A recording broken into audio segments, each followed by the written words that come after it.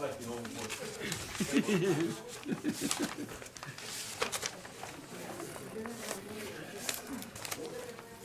Oh dear, I got two of these. You want those? Thank you, thank you, thank you.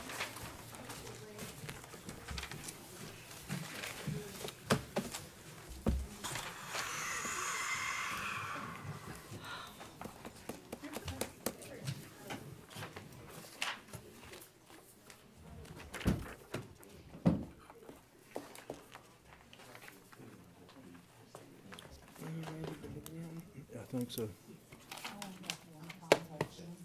Y'all ready? Welcome to the October 25th work session of the Town Council. Nice to see you guys. Hope you've had a good day. Kim, would you call a roll, please? Certainly. Mr. Bradley? Here. Ms. Quetch? Here. Mr. Webb? Here. Ms. Patterson? Here. And Mayor Craig? Here. The first item on the agenda is public comments.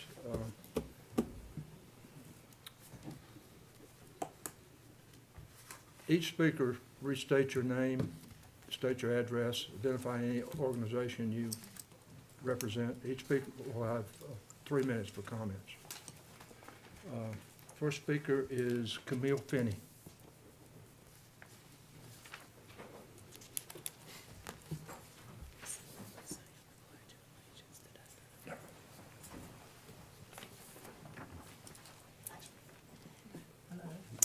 I'm Camille Finney. I live at 1184 Panorama Drive here in town. I represent town employees, not just the police department, all. I'm here to speak about the discussion regarding the animal safety policy.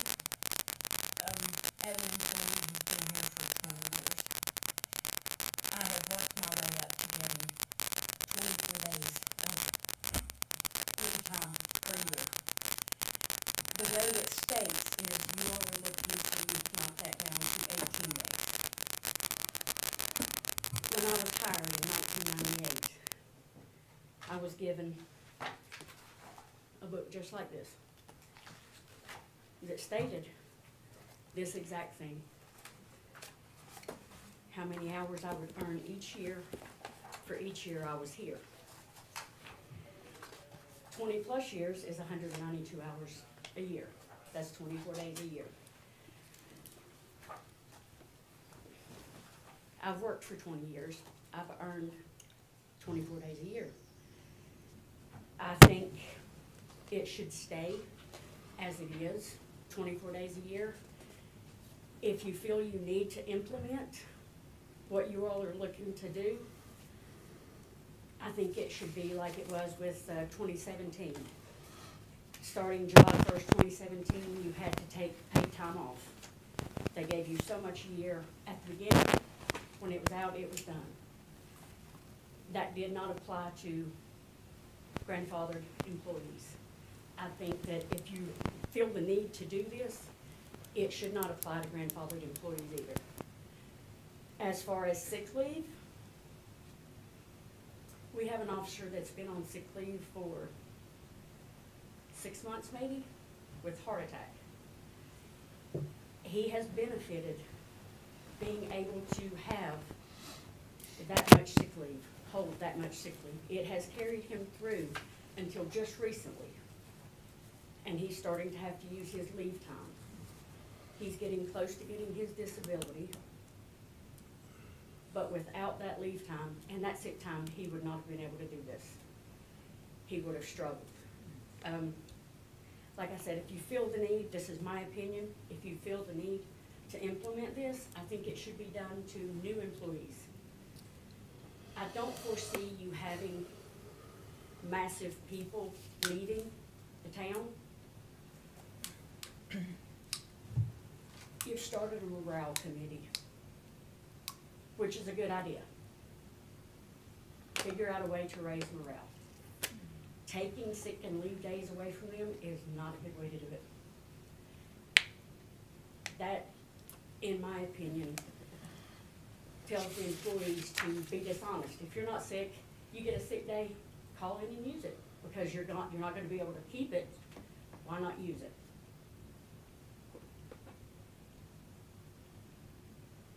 That's my opinion. And that was perfect timing. Thank you very much. Thank you. Okay, the next speaker is Amber Fiorini.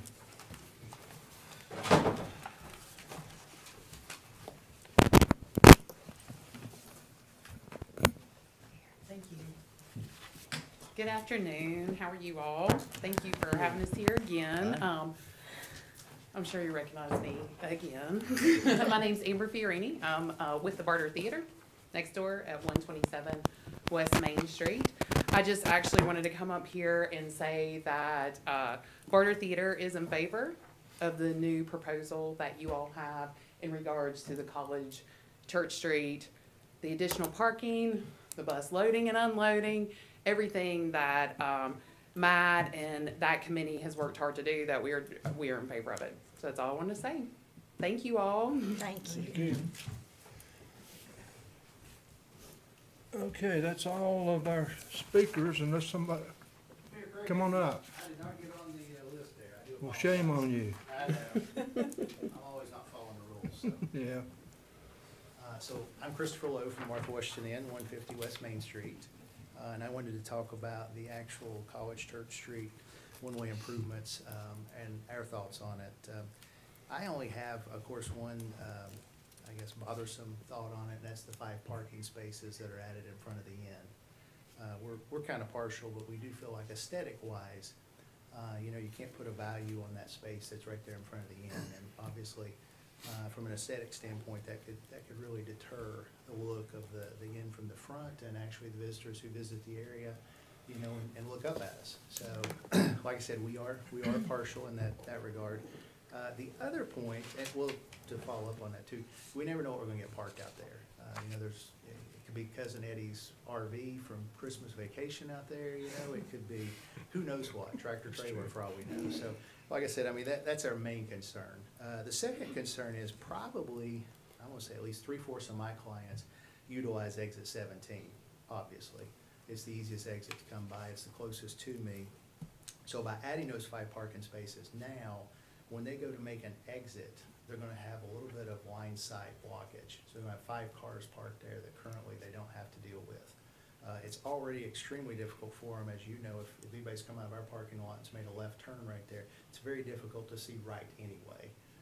You've got that hill from Barter right there, and cars come up very quickly through that area. So I think adding the 5 spots there, not only from an aesthetic standpoint, but also from a safety standpoint, I think really impairs folks trying to make that left turn. And like I said, that is where the majority of my clients exit and enter from, this exit 17. That's all I got. Okay. Thank you, Chris. Thank you. Thank you.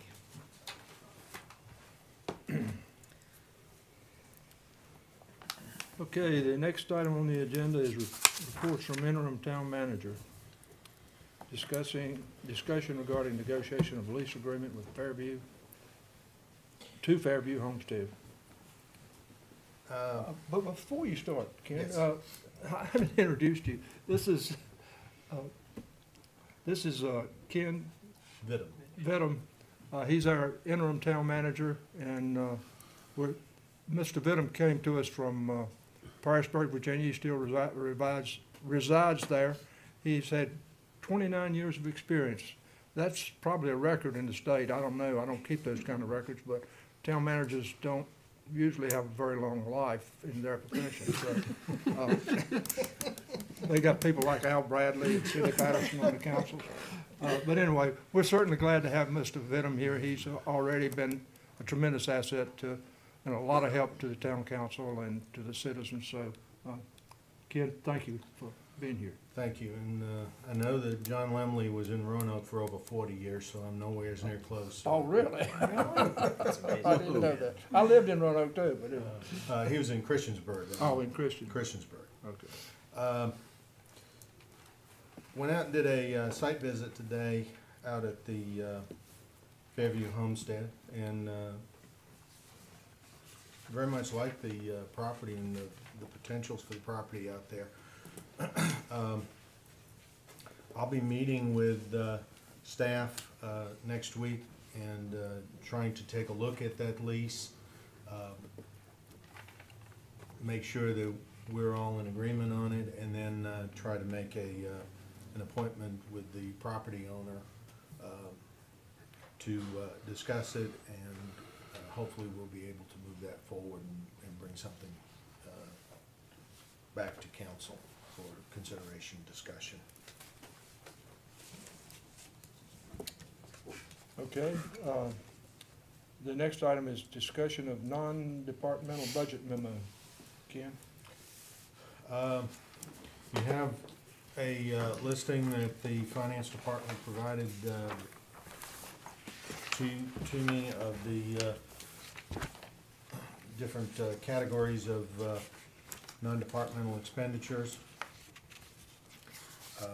Again, we've taken a look at a couple of pieces of property that are involved in there, and try to familiarize myself with some of them,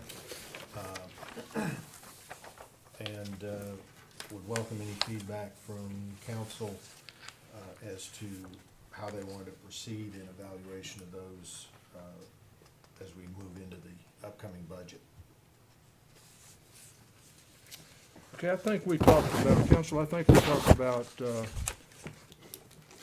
taking a look at this, and any non-departmental requests that we're thinking about cutting, that we give them some notice, or maybe just a blanket notice that we may not be able to do as much as we have done in the past. We previously have consistently cut these requests, and by necessity to fund public safety and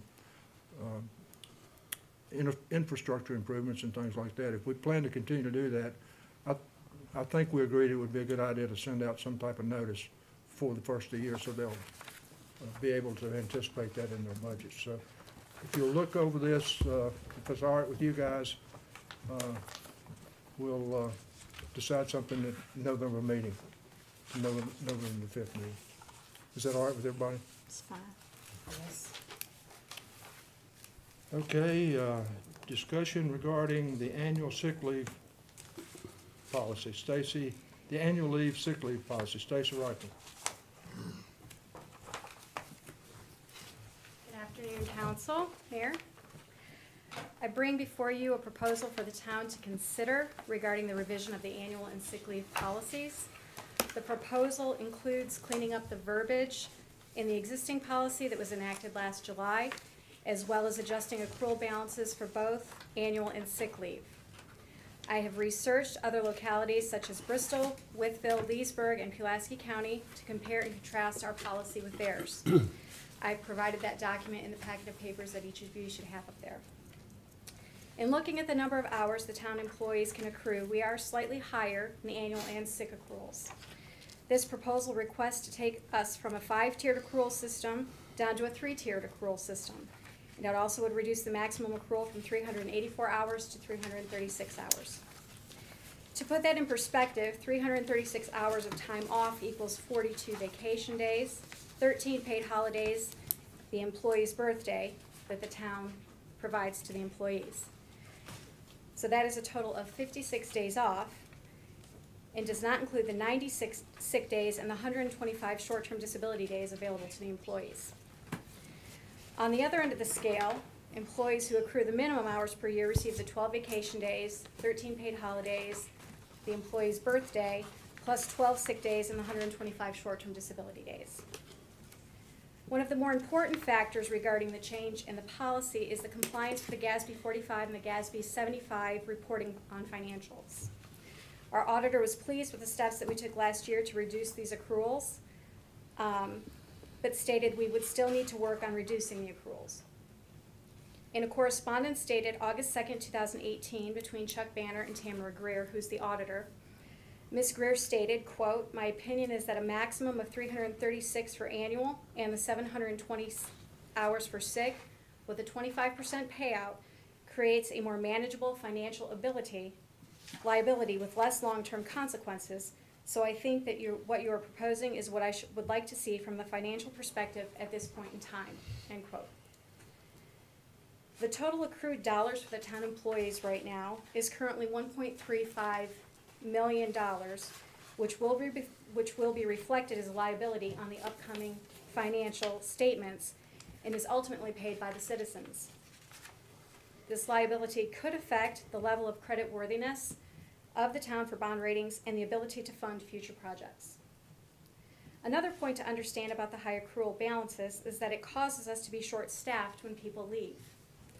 Typically, we pay the separated employee their balances out over a period of time on a bi-weekly cycle. And the vacation is paid out at 100% and the sick is paid out at 25%. In some instances, this goes on for a period of several months. And when this happens, it often means that the department cannot fill those positions.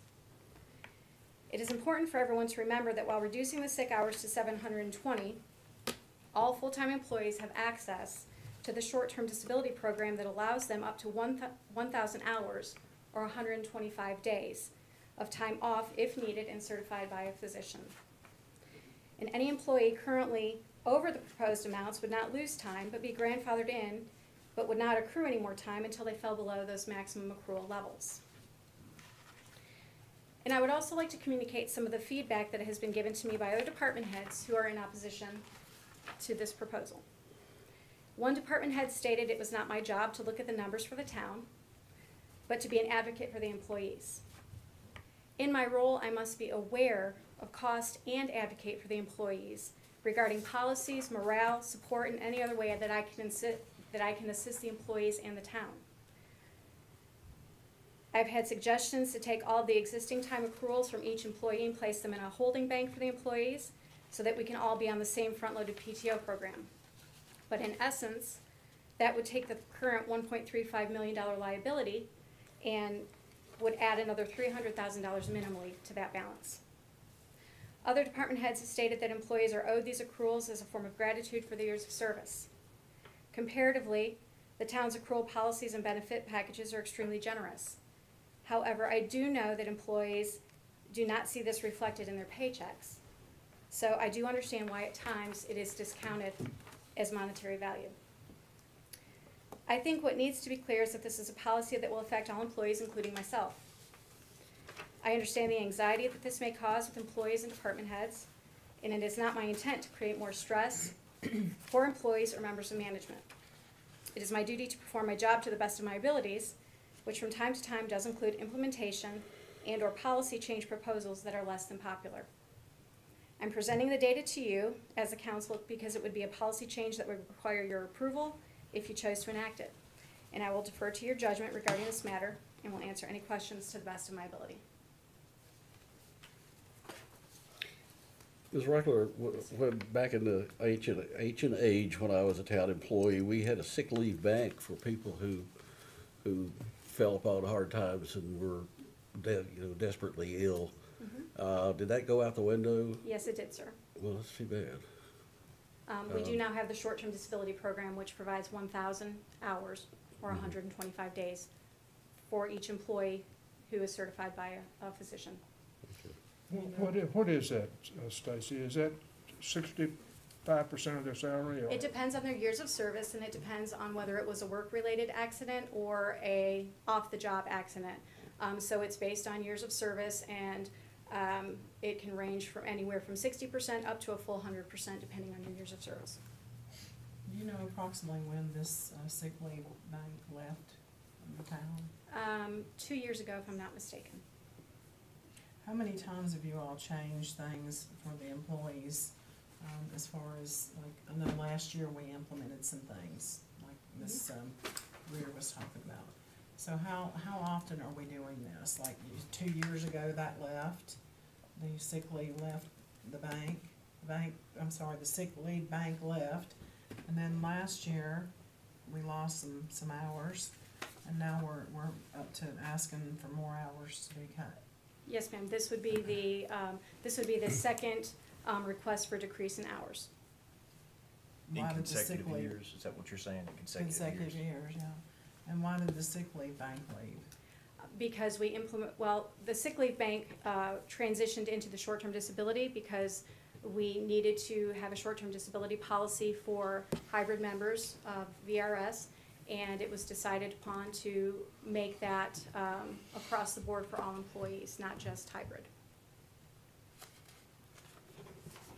Just out of curiosity, you said the auditor, was that the in-house auditor or the external auditor It that was, made a recommendation? Tamara Greer, she spoke with you in regards to the VRS healthcare stipend. So she's our internal auditor, is that She's the correct? internal, Okay. and then Brown and Edwards Okay. is the main. Have they made a recommendation like this, or would they only do that once a year, or? That would be a question for Chuck, to be honest. Okay, okay. I'd like to know more about that. Yeah, I mean, and y'all may know more than I do about that particular, but the external auditor, I think, gives like a once-a-year page of recommendations, and I'm just curious, you know, having a second auditor opinion before we make any kind of real move again. But that's just my personal. Do we know why that they think that it might be a mass exodus, if you will? I mean, if so, in other words, it's a liability, like if these employees quit or whatever. It's to do with the GASB 45 and 75 rulings that have come into play. I'm not an expert on those. That would definitely be a question for the auditor, but it is considered because we have that, we have those hours accrued for each employee, that would be a debt or a liability that has to show on the financial records now because of the new laws. And those took effect 2 years ago or No, more? those are, right now we're on GASB 45/46, and then GASB 75 starts next year. I really don't like penalizing the long-term town employees, I and don't I feel either. like that's what we're doing here. Yeah, I don't Um, know. And I think they have a legitimate complaint. Yeah. Can we rework this some way to, Absolutely, it's at your discretion. okay. Well, even if you just, like she said, consider the new hires and move forward. Yeah. New Don't- hires as of July 1st, Yeah. 2017 automatically go into the PTO program, which is you get front-loaded based on the quarter that you were hired in. And so new hires do get that PTO program, which is reducing our liability. But since this was enacted, the first time, taking it down to 1,000 hours, we have a cost savings of approximately $124,000. Well, I think that you can't, employees are really valuable to me. Absolutely, they are our number one They're resource. valuable. They're valuable to me and the council.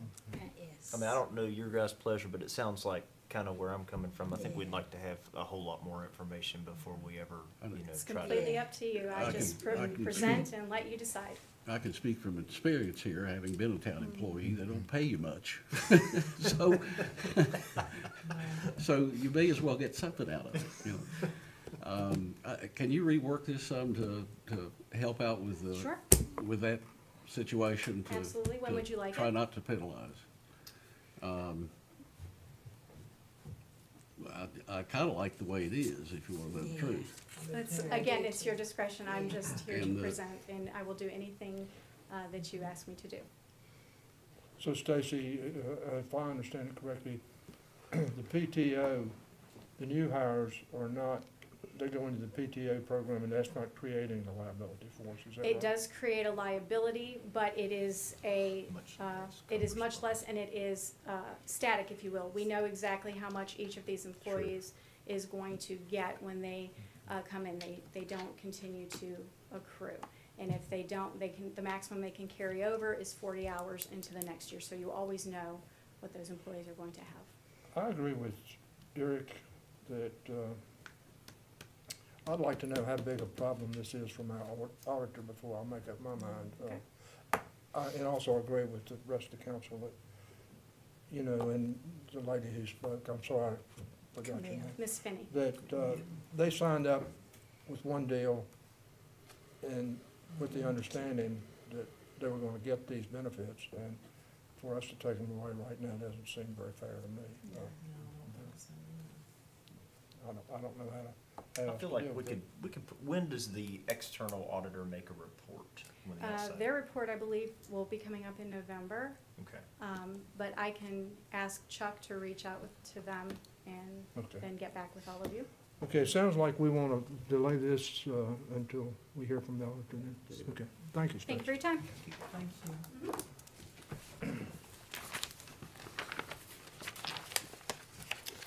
Okay, I lost my agenda and all that.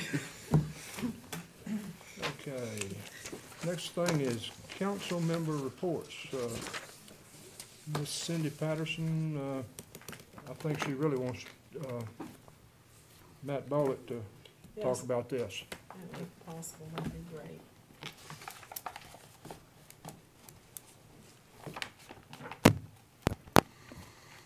Thank you, Mayor. Good afternoon, Council.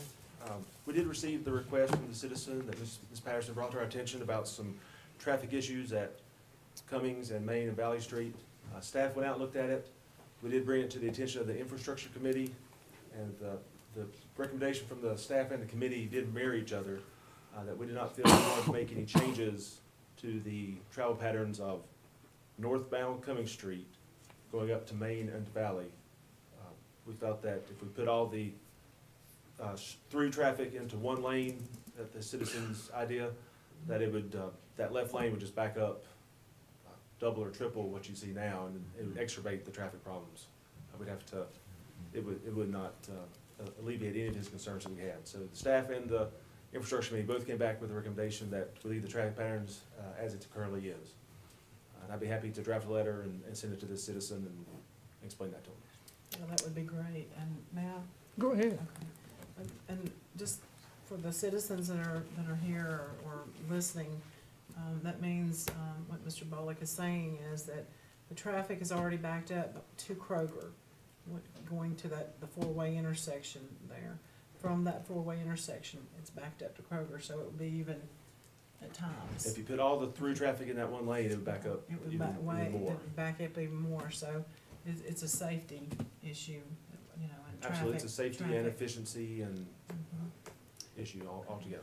All right, well, if you wouldn't mind to write a letter to Mr. Millsap and let him know what's going on, and thank you for all your work, and appreciate what the infrastructure committee looked about. And went Very over well, and we'll get looked that at. letter out with, I know Kim's got his address, so we'll send that out in just a day or two. And one more thing, Matt, I remember, I think I remember Mr. Millsap saying something about Green Springs Road being Yeah, Green a Spring long, long Road. time away from reopening, but can you enlighten us on kind of where we are with the reopening of Green Springs Road? Yes, we are in the middle of putting the final schedule together now. We did have a pretty substantial design change, so we're trying to make sure we get an accurate schedule before we really get that out for public consideration. Okay. But it would be early spring that road should be really at substantial, if not final completion. So a March, I April think, and y'all timeframe. correct me if I'm wrong, but I think he had thought it was gonna be a long time 18 beyond months, I that. think is what he said. Yeah, he thought it was gonna be like 2020 or something, so I just wanted to clarify that for him, so I don't We think. might need to put that in the letter then. Okay. The Yeah, Green if Springs you don't Road is mind. scheduled to open Yeah. early spring of next year. Right. And if you would, please let him know that as well. And if nothing happens, we would say that road should be open. I hope the sooner the better, really. I agree with that. I have something to add to that as far as a safety issue. May I address that? Is it appropriate, or should I wait till another time? You're the vice mayor, you can do whatever you want to do. Well, thank you very much. The safety issue that I see, and a friend of mine stopped at the railroad crossing one afternoon before he could get to my place. He said he counted 4 minutes from that train going across the track to be able to go to Green Spring Road area. So we took a little trip, and we went to we went by Green Spring, and I showed him, okay, we started there. Then we went to Deadmore Street, and there's another crossing there. And then we went up to Trigg Street, and there's a crossing there. And this has concerned me since everything started, you know, the project and all. Because when that train is crossing that, the train crossing, when it stops, it stops. I mean, you don't move a train. You can't get any emergency vehicles in our area if that train is really long and it crosses all 3 of those. And that's a concern for me, and it scares me because one call, you know, 911, help us, you know, if somebody's having a heart attack or a stroke or whatever, and they can't get to that area, that scares me. So I wondered if we could look into a workaround, talk to the emergency crew and the police officers, EMS. I know Mr. Goodpasture, and I'm not, you know, I don't know him personally, but I know of him. You know, that's the only entryway that I would know they could get in while this Green Spring Road is closed off during that time period. So we do need to look about the community and their safety. I just express a great deal of concern about that. And I don't know if I talked to Mr. Bollig, I guess, or Mr. Vidum, or who to. I don't know what you can. What can we do? What can you do about that, except, I don't know why their trains are stopping there, but. Well, if I can speak to one item, this addresses some of your concerns, maybe not all of them. But we have thought about that. If heaven forbid a train does have an accident or something happens and blocks all three of those intersections, we have communicated to some of the ambulance services and the first responders that there is another entrance that is it is a public right-of-way, but it goes through a private property. You can't actually focus or access the property through, now I've forgotten the name of the property. But you go behind, off Cumming Street, you go behind Wells Fargo and. Mount Carmel. Thank you. Yes. There is a platted public right-of-way that you could get through there. So we've made, definitely our contractors aware of that. Heaven forbid if something happens on the site and someone's injured and they need to get out and there's a train stuck there, that is in our safety meetings, they know there is a possible other way out. I know it's been communicated at least to the ambulance services and some of the first responders, but we can certainly look into trying making sure that word gets out more. Is that right away open and usable, Matt? Yes, sir. I don't recall it, but. It's open. It is. I wouldn't recommend it as, first choice, but it's there. I don't think they want us on that property though. You know, they put no trespassing, et cetera, because I But think it they is- were having abundance Yeah, it is. of traffic coming through. And I understand the concern, but it is well, I don't wanna Okay. swear to it, but it is a platted right-of-way, so I don't think they can block it. Okay, and when I was coming to work this evening here, the train was going extraordinarily slow, it was extraordinarily long, and when you're in a hurry, you know, and it kinda just made me think about that again, so I've been meaning to mention it, and, in all seriousness though, I'm worried about any of us, you know, if I didn't live there, I'm worried about it, so. Okay, But we can certainly do our best to communicate with, first responders, emergency services, and police, and fire, and make sure that word gets out. There's an alternate, if the worst case does seem to happen. Cause I was worried, you know, if they went to Trigg, and then they thought, oh gosh, we can't, or, you know, started Green at Green Spring, we can't get across here, then time's ticking, you know, and you all know when somebody has a stroke or a heart attack, every second counts. I had that same thought. I didn't quite go that desperate, but I was like, yeah, if I Yeah. step in a hole and break my leg, I want to be able to get to the hospital as soon as possible. Oh, yes, sir. Well, thank you so Thanks, man. much. I appreciate that. You're welcome. Don't break your leg, Matt. That's, No, that's, don't. that's it. Don't break your leg. Okay. Cindy, Yes, sir. follow-up discussion on the noise ordinance. Well, after speaking with our interim town manager and, today, and I spoke with you as well, we are under the understanding that we have a lot of, code ordinances that needs to be changed. And we need to work on those diligently and get them, changed, revised, and some omissions. So what I think that might, be the best thing for this, to be brought up before the public is, hopefully they'll agree, is we need to prioritize an ordinance change list to make sure that we get the ordinances that we need to be changed first and et cetera, and go on down the line. We need to also implement a committee to help with that, to change these, ordinances. So noise ordinances is a huge thing, might be some more than others, but there's all kinds of ordinances that we're gonna have to address. So that's what my thoughts are and recommendation to the council. Okay. We all would agree. Ken, would you come up and see if you can help us with, what we need to do about these ordinances, and so we can get kind of a clear path on where we need to go? Yes, sir. I certainly think that's a reasonable suggestion, is to bite it in biteable pieces and prioritize from probably staff first perspective who deal with it the most often, what needs to be dealt with. I know that we talked about the noise ordinance in the past. I know that the sign ordinances have been raised a lot. We had some issues, of course, with zoning all the time that could probably be cleaned up. So that might be good to get a consensus of what the priority is, rather than try to say you're going to rewrite all of them at once. Okay. What do you think about the committee? I think that's a fine idea. And you'd be available, you would be able to meet with the Sure. committee when they met and digest these suggestions? And how You're about not, you're not budgeting? suggesting I run the committee, are you? Say we want to get this done in about 18 months. Rough idea, how much would this cost?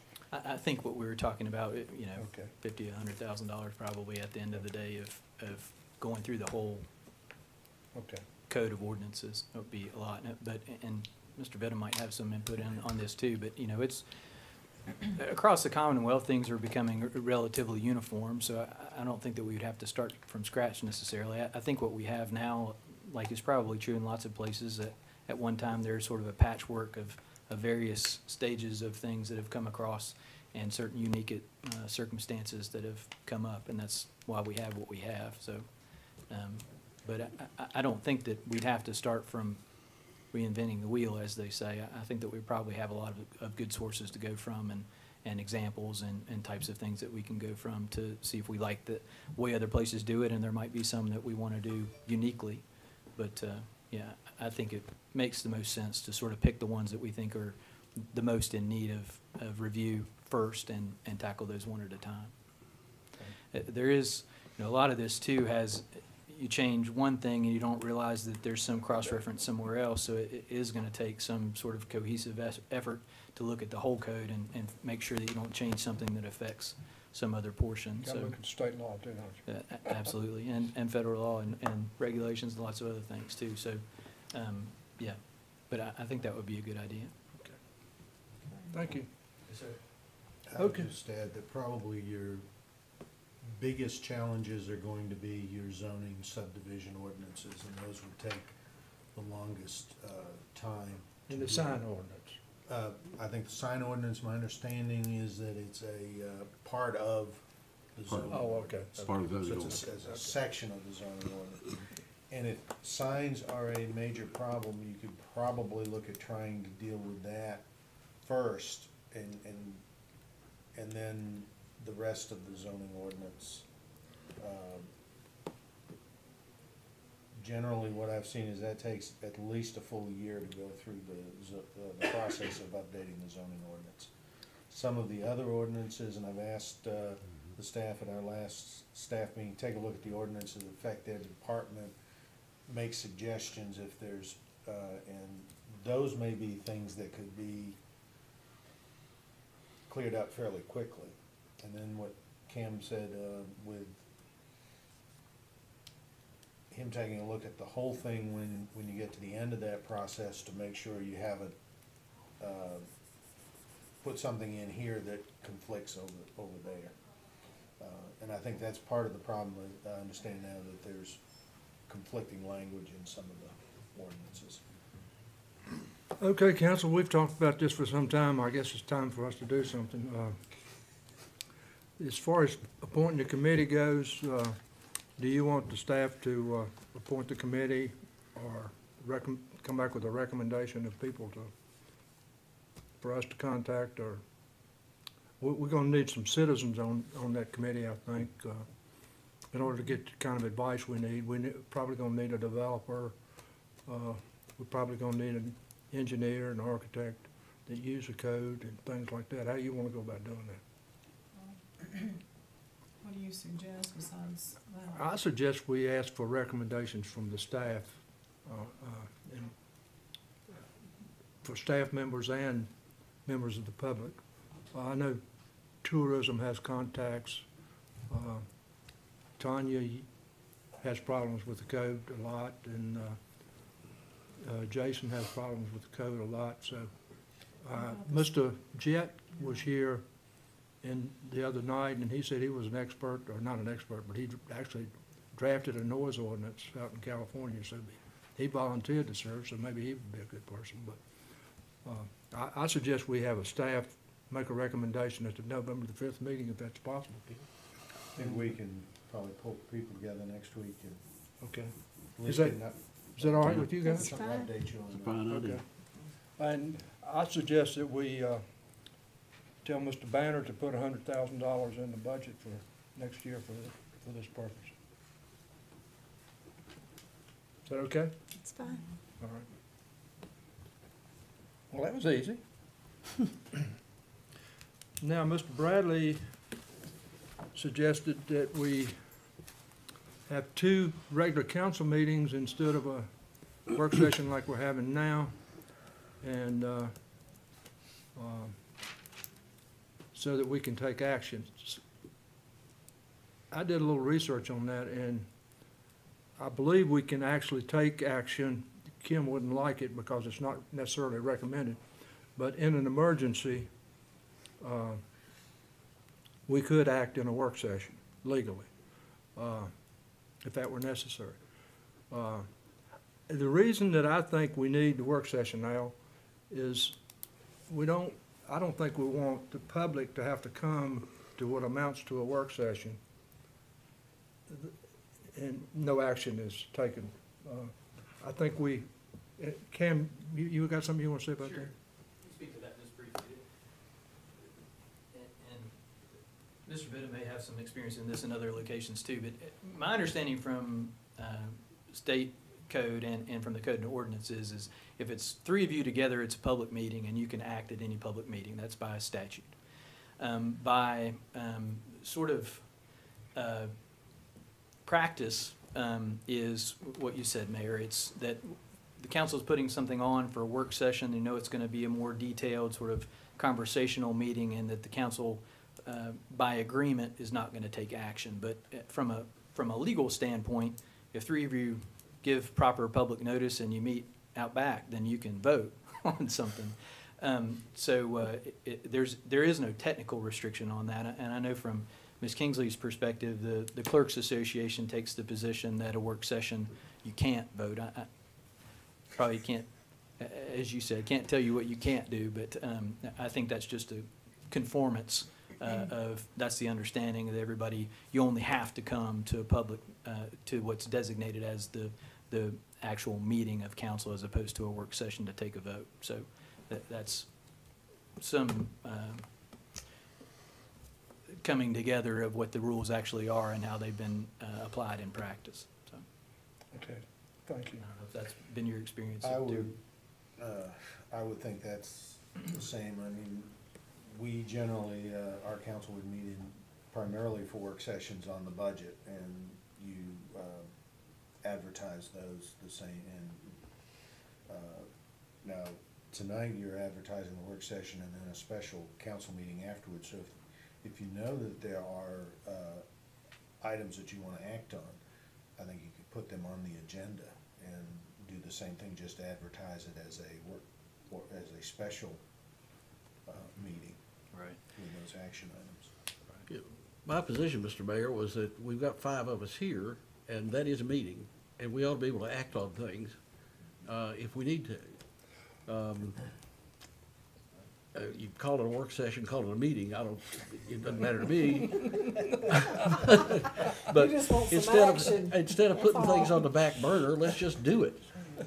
Well, I And I agree think with that, you. I think legally that's exactly right, Mr. Bradley, but I think from conformance of what people are used to and how it's been treated in the past, and there are lots of sort of conventional wisdom of how it works, that as Ms. Kingsley knows well, I say, well, where is that written down? And sometimes there isn't something written down, but in this case, there isn't really a rule on that. That's just what people understand it to be. So I could see from just a political standpoint, apart from a legality standpoint, that you get some pushback if you took action at work sessions, because people think the rule is that you can't take a vote at a work session. But legally, you're exactly right. If 3 of you are together at a properly noticed meeting, then you can vote.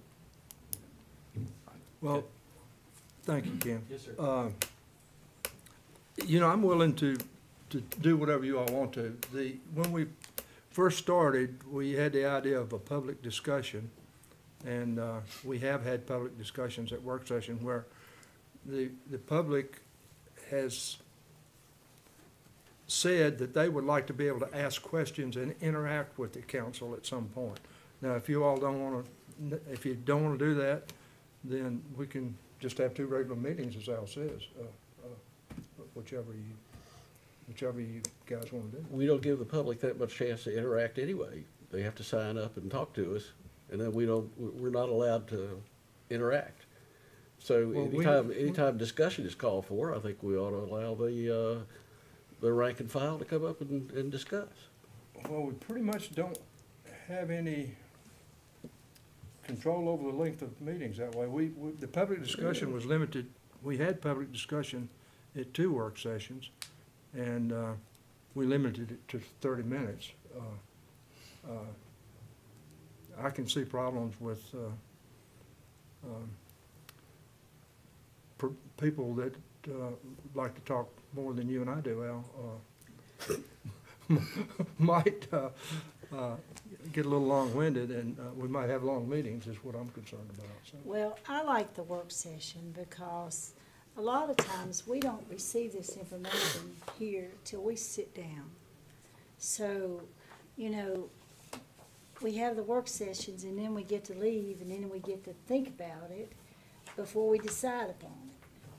So there's a little bit of, I think, haste there if you just do it, you know, whereas, you know, you decide upon it at a later date. So, I mean, I can see both sides, but I sort of like work session.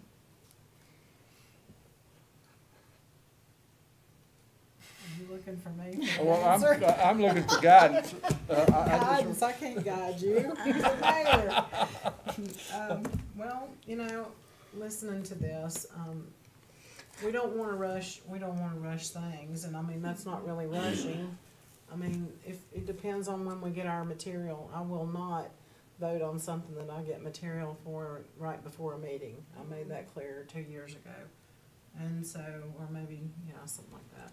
But anyway, yeah, I don't wanna rush anything, and that's really not the discussion. The discussion is, do we want action meetings, or, and we can still do that though at a work session, so I really don't know the difference. I mean, if there's not gonna be any difference, why do you know, if we can vote both ways, and do you Yeah, have the a problem with difference- the only leaving it the way difference it is is? The difference is what you call it.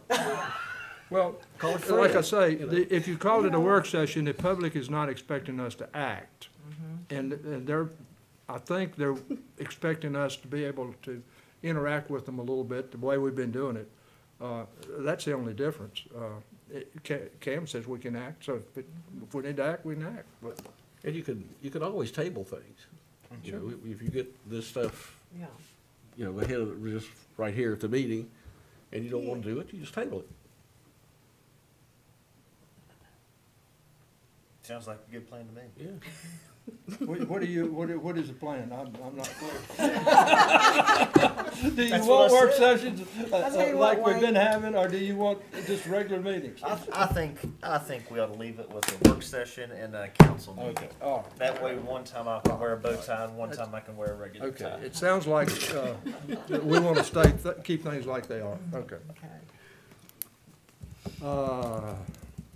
Discussion regarding College and Church Street one-way options. It's got me listed for that item. But Matt Bullock's going to make us a presentation. I'll just say one thing, and is that just if there are people there that aren't familiar with what's going on, we had a public meeting on some recommendations from the Infrastructure Committee and the staff, and the Infrastructure Committee and the staff have had some time to digest those, and the Infrastructure Committee's come up with a suggested plan, and Matt's gonna present it to us. I think Mayor Gray just did a great job presenting it right there. I appreciate that. But again, thank you. I appreciate the chance to be in front of you this afternoon. To steal some of Mayor Gray's thunder, this is a proposal that has been percolating throughout the town very heavily for maybe the last year, but I would say parts of it date back probably decades. Probably the Church Street portion of it has been talked about for many, many years. So it's something that seems to take a life of its own every couple of years, and we talk about it, then it fades away, and it's due to come back up. But we want to look at it a little closer this time. Mr. Mayor is correct. This is something that came up. The staff first looked at it, and we prepared several options. We sent it out via social media, our website, sent flyers out to, I think, about a half-mile radius of everyone that lives in this area, businesses and residences. We had some fantastic turnout at the public input meeting. We had, I think, 45 written responses. You don't get that many responses when VDOT has a interchange to the I-81 when they ask for public comments. So definitely, you can definitely see what a concerned citizenry we have here. The staff took that input, read all of them, went back and made a couple more drafts, and we brought those drafts to the infrastructure committee. We had some other interested parties. The Barter Theater was there. Also, we had the tourism staff was there. Really, some people that were educated about tour bus traffic and how that needs to interact with different things. We had a nice cross section of people to give educated advice to us. After the staff looked at it and the infrastructure committee looked at it, the exhibit we have now that's labeled final recommendation is what we are here as presenting as staff and infrastructure committee as what we'd like to see happen out there. Again, this is the recommended alternative. The one major change that I would like to point out is definitely from where we first started this idea was that the one-way options on College and Church Street are now switched. At the public input, there was two options that have the different directions, but the very original concept that went out to a lot of people had the one-way switch. So a lot of people have told me, well, I didn't know you were planning on switching it, but it was at the public input session. But again, the very original concept did have the one-way opposite of what is shown here. A lot of that came from the public feedback. The Methodist Church was strong in their representation. They'd like to see the one-way on Church Street be to the north. So the infrastructure committee really took that into account. When you do change the one-way directive, that led to a few other, I think, minor changes. That is then moving the turn lane, the left turn lane that now goes to College Street. We'd want to move that to Church Street to allow for that left turn pocket so the traffic on Main Street would stay able to, through traffic would stay as free-flowing as possible. And then it allowed us to, like Mr. Lowe pointed out, put in some parking spaces there in front of Martha Washington. That turn pocket would now be gone, and you could use that space for parking. We certainly at the infrastructure committee did not try to quantify any type of value, parking versus view shed of the Martha. That's something that I think is an opinion, and we wouldn't want to put a recommendation for that. That's something that I don't think you could quantify in either way. I do want to point out that the number one goal for any of the changes we make would be safety. We certainly feel that Church Street and Partington Place, those streets are narrow. They really only support one-way traffic now. So we think one-way is a very reasonable solution for those options. There's a very large sight distance problem if you try and pull out of Church Street onto Main Street and go right or left now. So by changing it into one-way, that gets rid of that potential issue. Especially when you pull out if you're coming out Church Street and trying to turn left, and you've got to look over the hill, the same hill that Mr. Lowe spoke about, on the other side of the rise there at the Barter. That eliminates that safety concern. And there's just a lot of traffic there at the Barter Theater, crosswalk, Partington Place. People shouldn't be pulling out there either, in my opinion, and the infrastructure committee's opinion. That's just not a safe intersection.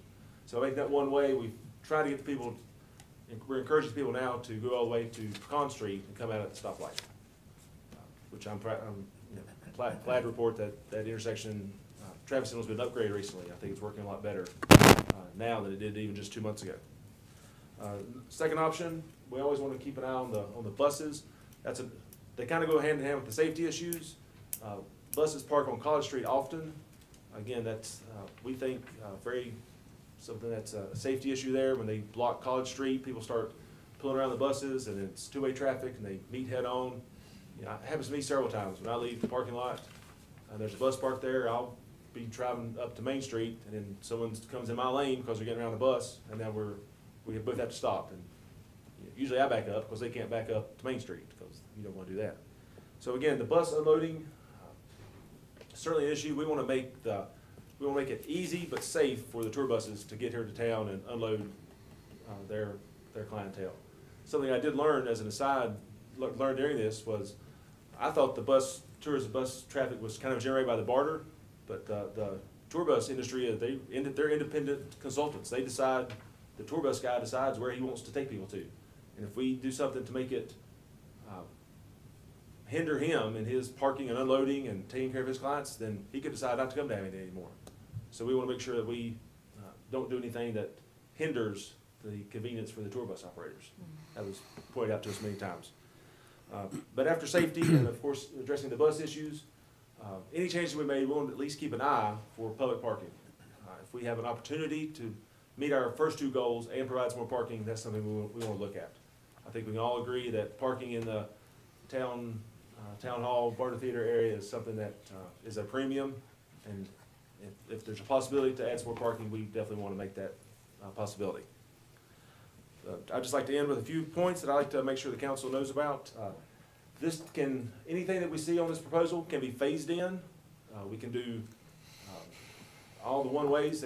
They're not dependent on each other. We could do Church Street first, do Parking in Place second, College Street third, maybe, I see pluses and minuses. We can just do it all at once and kind of get it done with, like tearing a Band-Aid off, or we can kind of ease into it a little bit and say, so it's maybe not so traumatic to some different people. We had a lot of concerns about signage. There's gonna be a lot more signage in this area for one-ways and do-not-enters. We definitely try and do our best to make sure that that's meets in the field, the historic district. All the signage would be on the historic black poles, and the signs would be as unintrusive as possible and still meet the safety regulations. And I've had several people tell me this, so I want to make sure that, or ask me to do this, so I want to make sure that I present this to council. This is our recommendation, but one alternative is a no action. If you're pleased with how things work, I've had several people say, don't mess with it. I feel this is better, but no action is an alternative. It is an alternative. So if you feel strongly that way, please know that we're not. It's up to council to give a direction. If you feel this is a safer option, that's what I think, and it's what the infrastructure committee thinks. But again, no action is an alternative. I just want to make sure that everyone understood that, because people have asked me to say that to you. So that concludes really what I have to present. I'll be happy to answer any questions that the council may have. I have a question. What's your observation of what the public wants, percentage-wise? What do they want? Do they want to leave it like it is, or do they want to change? I would say percentage-wise now, with the changes we've made, I think we've really worked hard to meet all the input we got from the public committee, or from the public input session. And I would say that the comments I've gotten since this has been re-released to the public has been, I would say, in the range of 4 to 1 positive. Okay, 4 to 1 positive. All right, and going to in front of the Martha Washington Inn, we were talking about the movie and the camper. What if we just put cars only there and signs, cars only? That way the buses couldn't park there. Was that the whole reason, is to put buses there though, when you made those 5 new spaces? Those are definitely meant to be Just car cars, spaces. okay. So They would not be, they would be again marked, so a bus, I think, would not park there because they would be marked as a single car, a single vehicle spot. But again, it's, I was trying to put myself in Mr. Lowe's shoes and think, if someone's posing in front of the Martha and there's 5 cars parked there, I see his point. I don't know how I feel about his view shed versus 5 more spots there. I haven't really got my mind around that yet.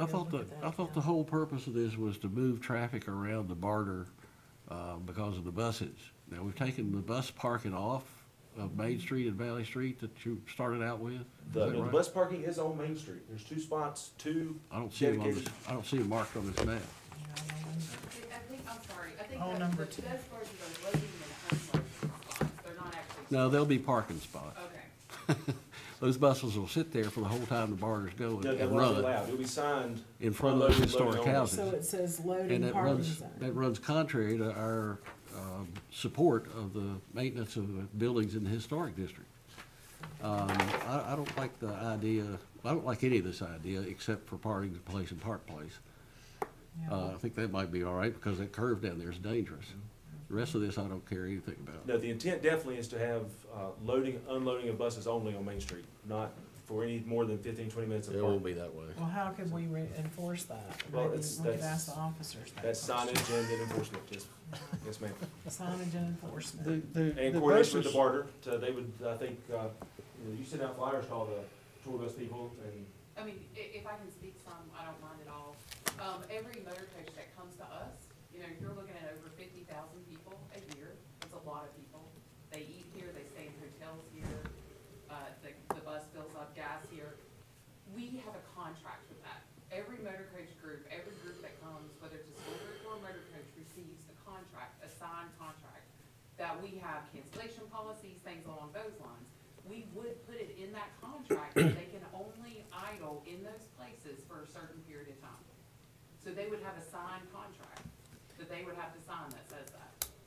And again, I do realize that they idle for loading and unloading, but you can look up New York City. They have, laws based on that, how long a bus can idle. So we would have that in the contract and be more than willing to do that. the buses are supposed to park at barter stage too. They're just supposed to unload and That's all load. that is, that's for loading and unloading.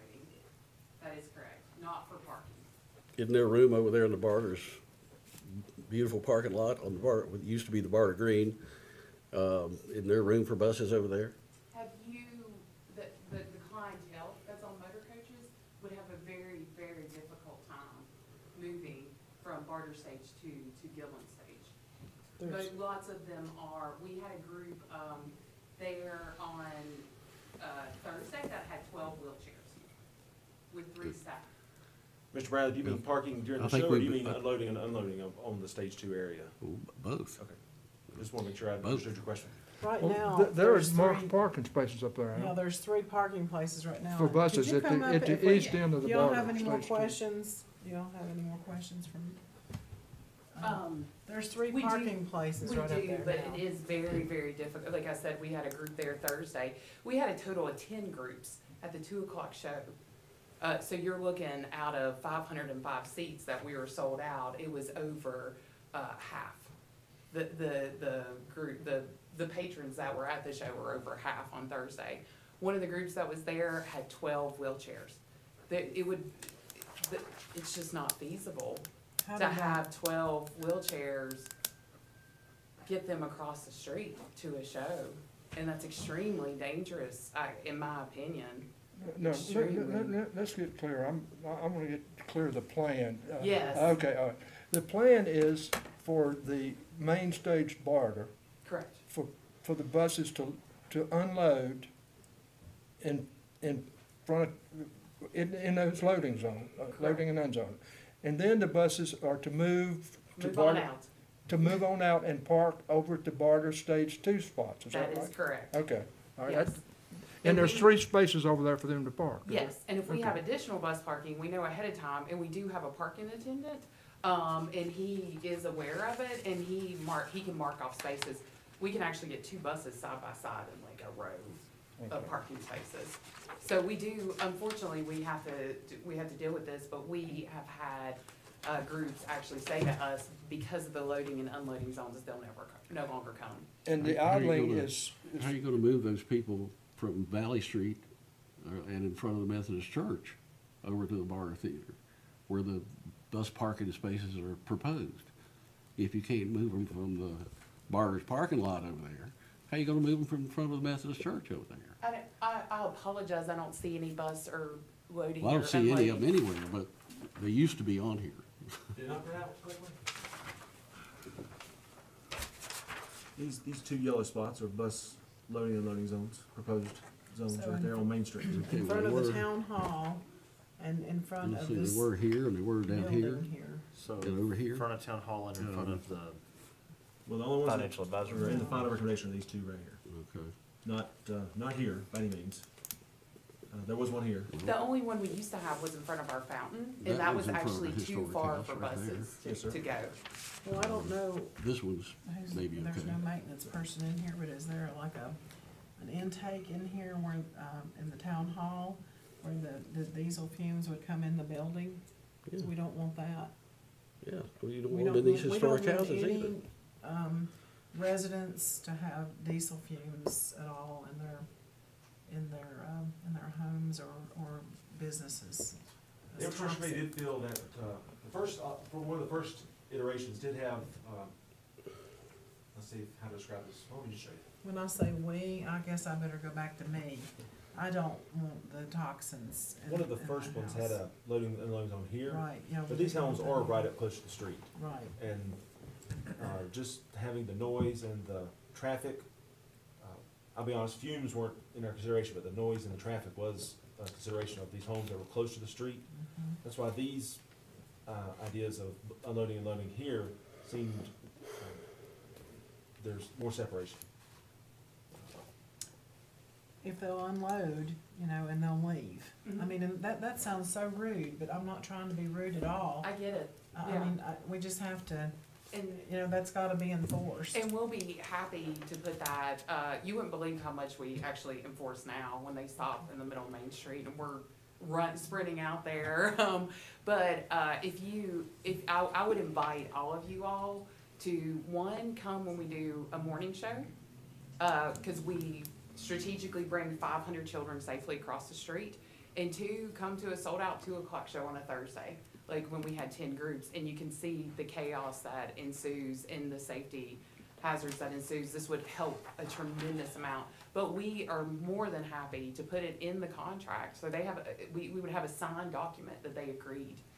Where are they unloading now, up on the Barter Green? No, they're unloading on Beside College the town Street. hall, Cindy. On that grade, I saw them trying to get somebody out of a wheelchair. Which in my opinion down is there, a and it- traffic safety hazard and not the best Well, solution for they the. was really So struggling right with it. now, in front of our fountain, across the street is now the loading and unloading zone, and that's too far for them. Even just cross, there is, the majority of the clientele is, in walkers or has some trouble crossing The the street. majority Of the people tour bus in clientele. the tour bus are handicapped. Can we squeeze 2 bus parking spaces in front of this building?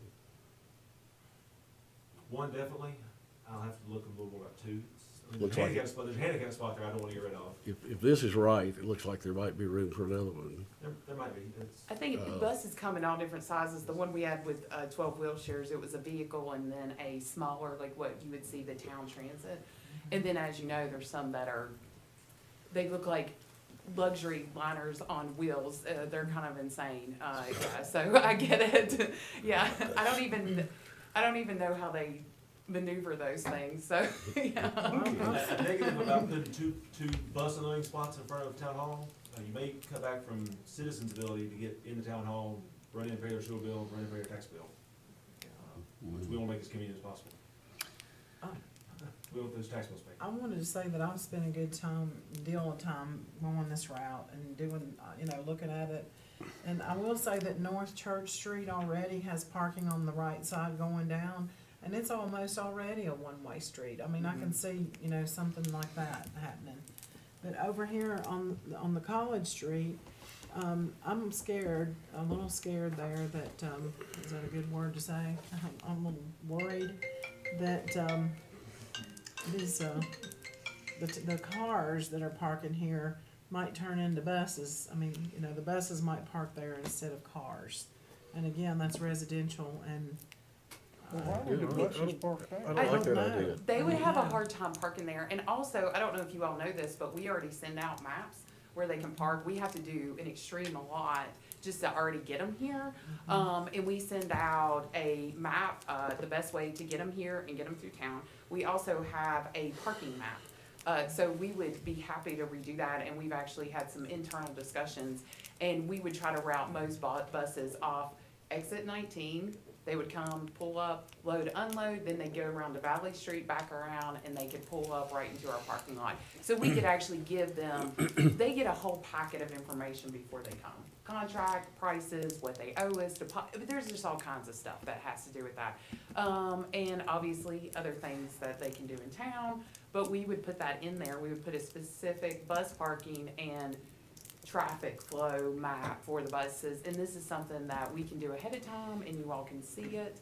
You can also see the verbiage in the contract. I'll be more than happy to share that with you.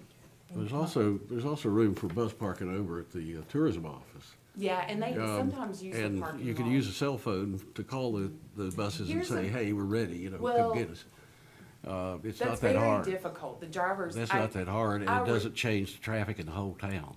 you know. So let me just go ahead and, I've been working with tour buses for longer than I'm going to admit right now. But one thing as that Matt had spoken to a little bit, the drivers, that is a good way to have a tour bus company no longer come with us. The drivers like to be close to their people. They also like to see the show. There's a reason every driver that comes, they get free coffee from us. They get a complimentary ticket from us. There's a reason for that, and they will not come back. If we don't allow them with their group, they will not come back. Sometimes we can talk them into parking, like by the farmer's market. What is the exact? That's the municipal parking. Municipal parking lot, sometimes they have Yeah, to that's park what- there. And I know when we had, David, do you remember that? David, the musical?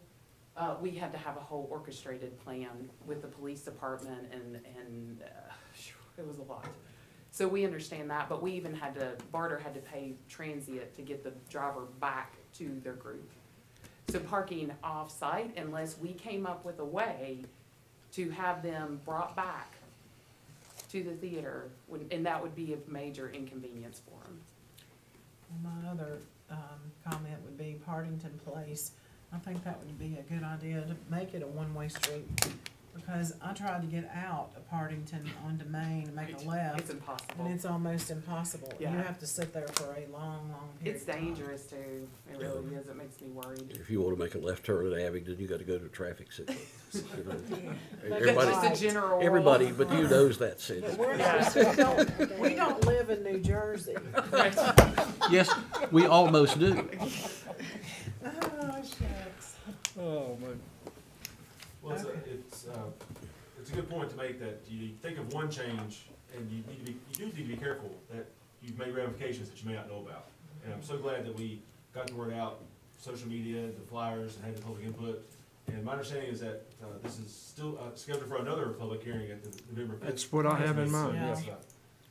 I think that's important. I'm glad Mayor Craig had us do that. And I'll be happy to answer any questions from you all between now. I just wanted to get clear, Yes. make sure everybody understands this, that the plan is for the buses to unload and load at these two loading zone spots.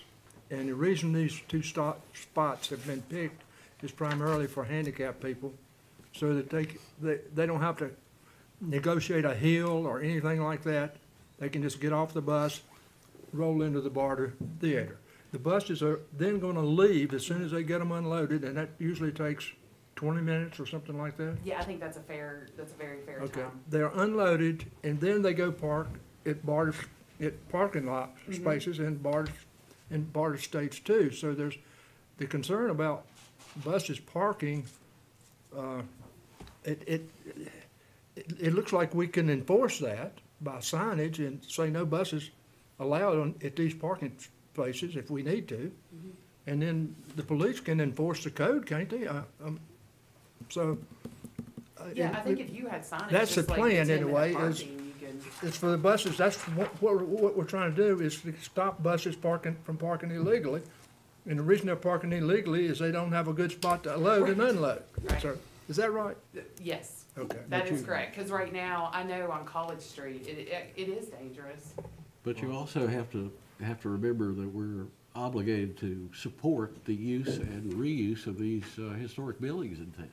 Yeah, I And if you park buses in front of them. Al, I'm just If you park buses in front of them with those, you know, with those diesel fumes, you're not doing that. Well, we're not parking them in front of there, we're just unloading there. Yeah, They could- right. Huh? Yeah, right. Do you feel, we will be happy to enforce that, and I'll be happy to call the police myself to enforce that. I'll be happy to. I mean, my number one concern is obviously safety. It always will be. My office is right next door. I see all the comings and goings.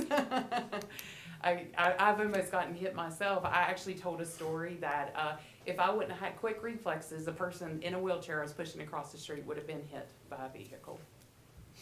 I think safety. And that was a scary moment for me. I think safety and, the citizens that live here in Abingdon, you know, we have to look out for Oh, them yeah, as well. And this is gonna change a lot of, the way we do things around here, you know. Progress. I'm happy y'all are doing so well. That's good. I actually, I mean, but really, we, tour bus industry has gone, unfortunately gone down some. This is a way for us to help encourage more people to come.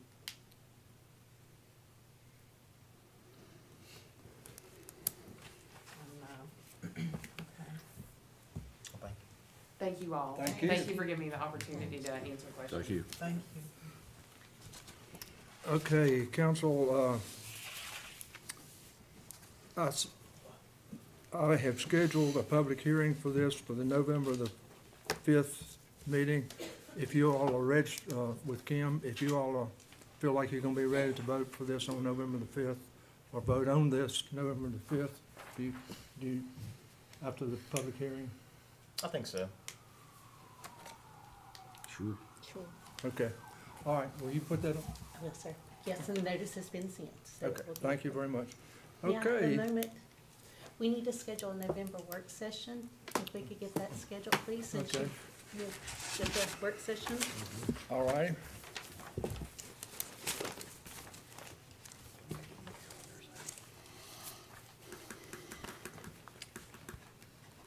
And while you're looking for your calendars, I do have another question. You asked at the October 4th meeting to have the customer service, business-friendly discussion back on this agenda, and I elected not to put it on it because of the time restraint. Would you like to have a separate meeting about that, or would you like me to put it on the upcoming November? How busy is it? Go ahead, Mayor. No. It was the customer service, business-friendly. We talked about a committee maybe to come up with some ways to encourage businesses, and as what your discussion was leading to, I think Ms. Patterson was the driving force behind that, so. Yeah, I was, I thought maybe we might have it on another agenda, pretty soon. How about a work session? I'm gonna meet with, one of our, people that will be helping us. And also I'm gonna be meeting with Mr. Vidum. So it's kind of in the early stages, but I think. I'm not sure that the council, we have a role in this at this point. Just table it for a while. And just, Okay, that's fine. You Yeah. were just asked to put it on I this think this is agenda. being worked out with Cindy and the staff right now. Okay, and then another question, the EDA survey, you mentioned you'd like to get that to the boards and commission. Would you like me to handle that? You really didn't say who you would want to go. The Economic Development Authority survey that they presented at the meeting, you said you would like to get those to the boards and Copy of them. commissions. So would you like me to If you forward don't that mind. on? Okay, Please. Okay. Could you Yeah, copy Miss- us on that, please? I will, yes. Okay. Mr. Schuman gave us at the Yeah. planning commission meeting, gave us a report on it then Okay. too. So the planning commission is covered. Planning Commission's covered. I've got my calendar. Got my calendar. Okay, let's see. Derek, you are available on, how about the 15th of November? Are you available then? Let's see, I'm available the 13th, 14th. 13th and the 14th, okay. I'm not available on the 13th. Well, how about the 14th? Al? Works for me. 14th? A lot better than 15. Okay, and what time do you want it to be? Donna, do you go to church on Wednesday? Can we make it, It's a work session, right? oh, it's a work session.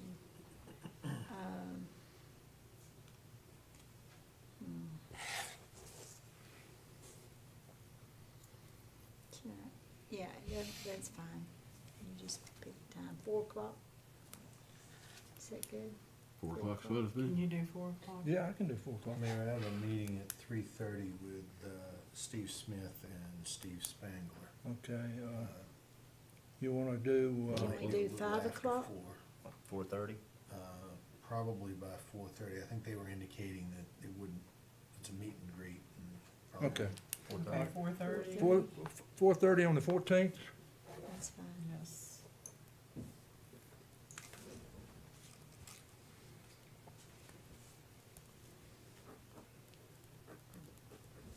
Okay, anybody have anything else?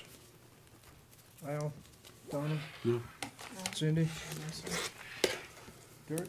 I'm good. Okay, well, then I declare this meeting adjourned, and the public hearing will start in 6 minutes.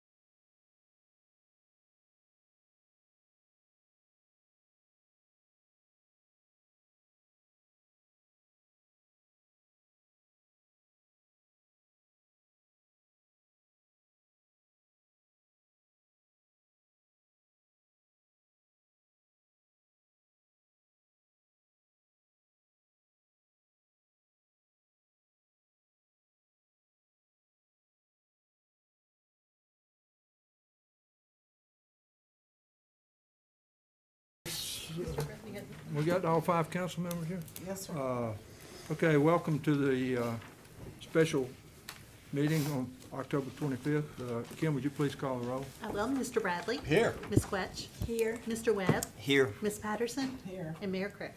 Here. First item on the agenda is public comments. Please limit your comments to 3 minutes and state your name and address when you come to the podium. The first speaker is Linda Summers Gill. Good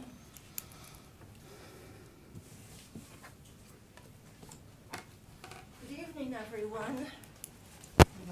I wanted to make my comments brief, just to sort of outline some of the information that we've talked about over the last several months about the Summers Law Office.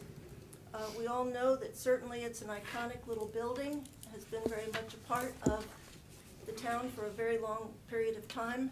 It's been a part of the Summers family for 150 years. As you know, Lewis Preston Summers was a noted historian, attorney. His brother, my grandfather, was Commonwealth attorney. Their father was a colonel in the Civil War, also a lawyer. And in many ways, the community certainly has been involved with this law office for many years, especially under the kind stewardship of the Historical Society. From my understanding, when the town acquired it, in consideration, I think, for $1, the intent was the town wanted it as a part of the comprehensive plan to be able to restore, preserve, and promote historic properties in the town. There's a few things. One thing that I understand, it is legal to give it back to the family. It's legal to sell it to the family. It's a relative question about it being ethical. Some counsel that I've talked to says it is. However, we think that there might be a better solution, and that is to put it in the hands of a small committee consisting of council members, family member, and perhaps 2 members from the community at large. This would give the family and certainly the town and the community the opportunity to really investigate and have a thorough conversation about the importance of the law office and its possible best use. And also, I guess the real thing that I need to say is, you know that the family's passionate about this, and I hope that you understand that we hope that the council will see it in their hearts and minds to vote no, absolute no, to sell this property at a public auction. Thank you very much for your consideration. Thank you. Thank you. Okay, council, that's the only speaker we have in the public comment period. So at this point, I'd like for Cam Bell to come up here and kind of give us where we are with the Summers Law Office, and then we'll have a public hearing.